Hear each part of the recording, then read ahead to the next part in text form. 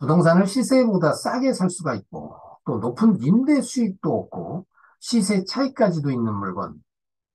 그런 물건 모든 부동산 투자자의 로망이죠. 안녕하세요. 부자경매 김인성입니다. 오늘도 수익이 높은 다가구 주택을 가지고 왔습니다. 같이 살펴볼까요? 네, 오늘의 물건 외부 상태 상당히 좋아 보이죠? 직사각형인 땅에다가 일직선으로 건물을 잘 지어졌습니다. 마치 이제 기숙사를 보는 듯한 그런 느낌이 들죠. 요 이제 출입구를 통해서 이 부분이 이제 현관이고, 캐노피도 형광색으로 잘 모양이 좋게 짓고, 캐슬 파인이 이 건물 이제 이름입니다. 자, 복도 컨디션입니다. 현관문도 깨끗하고 복도 상태도 상당히 양호해 보이고, 자, 여기는 이제 1호에서 7호까지, 또 2층에는 201호에서 207호, 3층 1호에서 7호까지 각 층에 7호실로 지금 배치가 돼서 임대를 놓고 있는 그런 물건입니다. 각 층 평면도를 간략하게 보면 이제 2호에서 7호까지 있고, 옥상에는 이제 옥탑방이 하나 있습니다. 이건 이제 제시의 건물로 들어가죠. 1층 평면 배치도입니다. 평면 배치도를 보니까 물건이 너무 반듯반듯하게 잘 나왔죠. 여기 이제 공동 취사장이 보이는데, 이 물건은 다중주택입니다.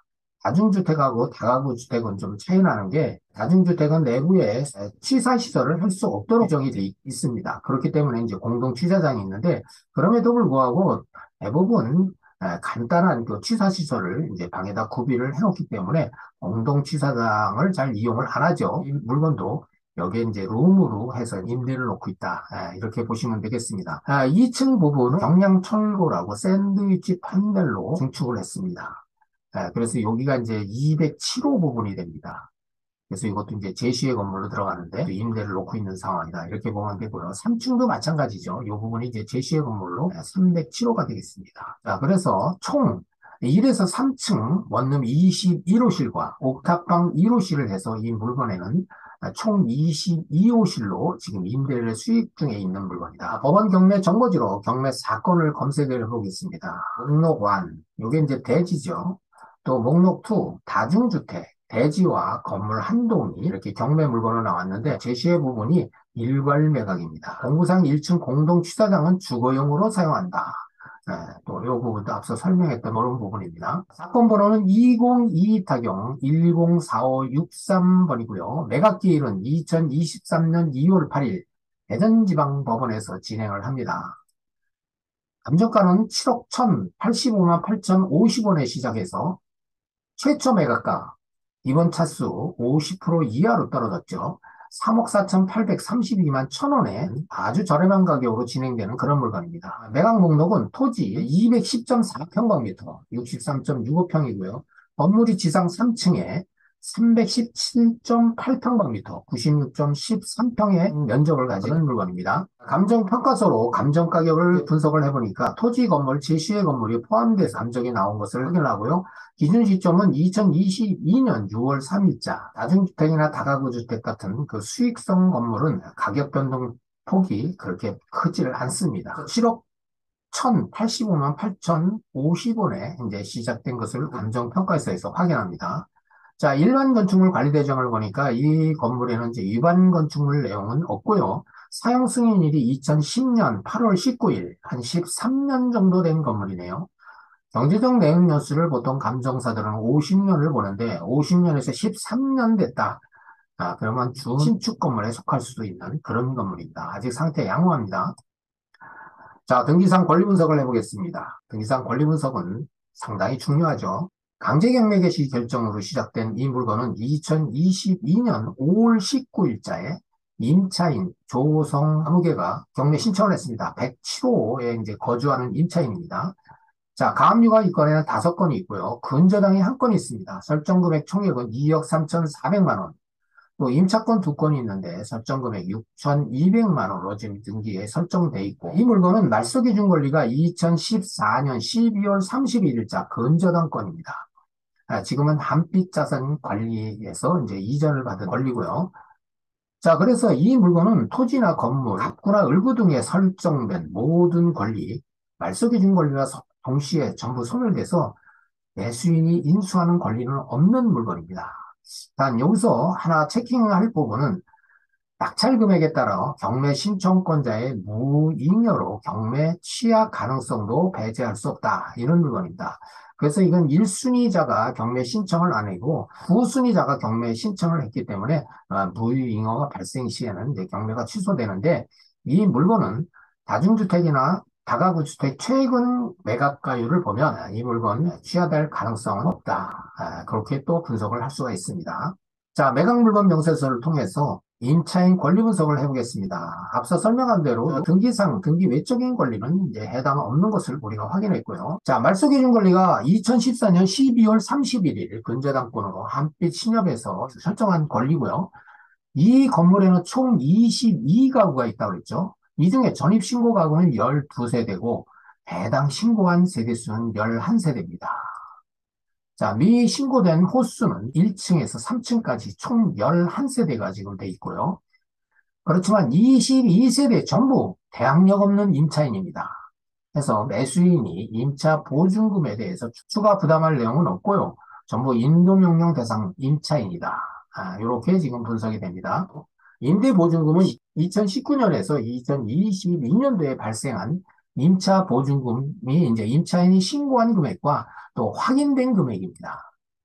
자, 1층에 8천만 원, 2층에 5,200만 원, 3층에 1억 500만 원, 4층에 2천에 29만 원 해서 신고된 금액이 2억 3,900만 원에 월 51만 원이 지금 현재 확인된 금액입니다. 총 11세대에서. 현재 이 물건의 임대보증금은 2천만 원에서 3,200만 원에 지금 이렇게 임대를 놓고 있다. 이렇게 확인이 되고요. 그 중간선인 2,500만 원으로 계산을 했을 때 임차 보증금이 2억 7,500만 원이 발생한다. 이렇게 예상할 수가 있습니다. 총액이 5억 1,400만 원이 발생한다. 자, 가격을 분석해 볼까요? 자, 이 물건은 대지가 210.4평방미터, 건물이 317.8평방미터에 총 22세대입니다. 세대수 표기가 잘못됐네요. 22세대. 자, 그렇다고 보면 이 물건에 대해서 네이버상의 매물대와 또 국토교통부 거래 사례를 한번 비교를 해보겠습니다. 지도로 위치 분석을 한번 해보니까 경부고속도로 대전 IC에서 한 2.2km 지점에 있네요. 그래서 뭐 자전거로 8분 거리가 나왔는데 자동차로는 뭐 4, 5분 정도 거리, 가까운 거리고 경부고속철 대전역도 똑같은 거리입니다. 한 8분 거리 자전거로 그러면 한 3, 4분 거리에 위치한 교통 여건 상당히 좋습니다. 시 외곽으로의 이동이 참 용이하다 이렇게 볼 수가 있고요. 여기는 이제 대전광역시 아주 대도시입니다.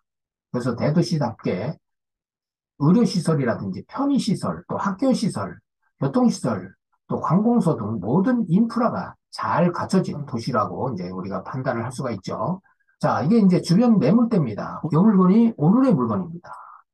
주변에 매물대를 분석을 해보니까 지금 여기에 물건이 하나 나왔네요. 한번 볼까요? 6억 1천만 원에 나왔습니다. 204.1평방미터, 299.699. 우리 물건보다 살짝 작습니다. 21개입니다. 우리하고 똑같네요. 결국에는 우리 물건하고 똑같은 물건이다. 또 내역 연수도 거의 비슷합니다.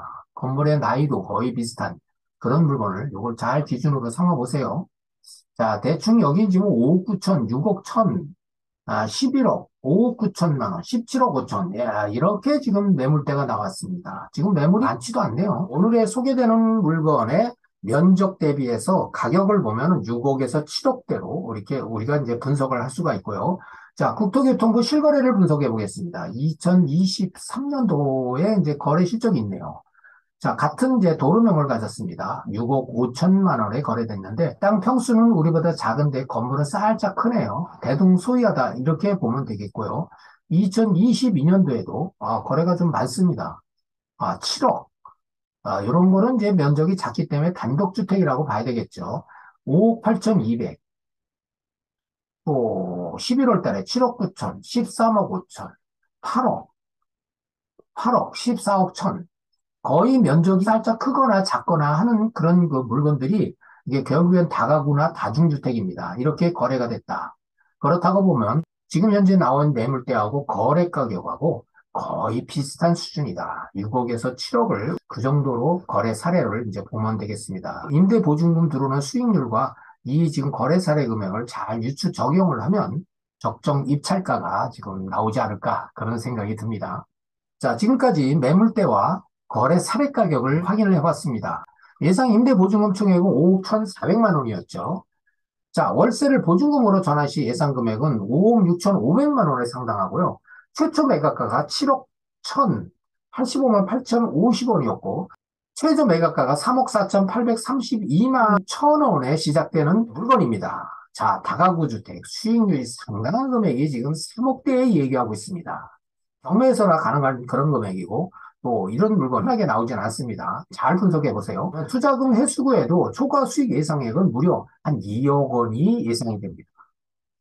자, 보통 임대 보증금 수준만 매입을 해도 우리는 그 물건을 괜찮다. 이렇게 봅니다. 그런 물건을 우리는 이제 모피 투자라고 하죠. 그럼에도 불구하고 이렇게 또 초과 이익까지 발생할 예상이 있는 물건은 이거는 대박 물건이라고 봐야 되겠죠. 흔히 말하는 풀피 투자죠. 상당히 매력적인 물건이다. 이렇게 평가가 됩니다. 이 물건은 이제 높은 임대 수익과 향후 매매 차익, 큰 시세 차이까지도 기대할 수 있는 그런 물건이다.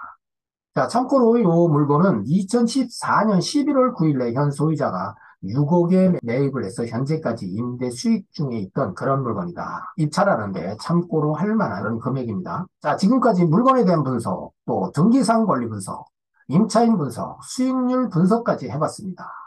자, 오늘의 물건에 대해서 입찰에 관심이 있는 분들은 반드시 현장 답사를 통해서 물건의 상태나 도로 사정, 또 진입로, 또 주차 문제 등 현황 파악을 하시고 인근 공인중개사를 드물러서 임대 시세, 매매 시세, 또 본인의 신용도나 주택 보유수에 따른 대출 가능성까지도 검토를 해본 후에 수익률 검토를 해서 좋은 가격으로 입찰해서 낙찰받기를 기대합니다.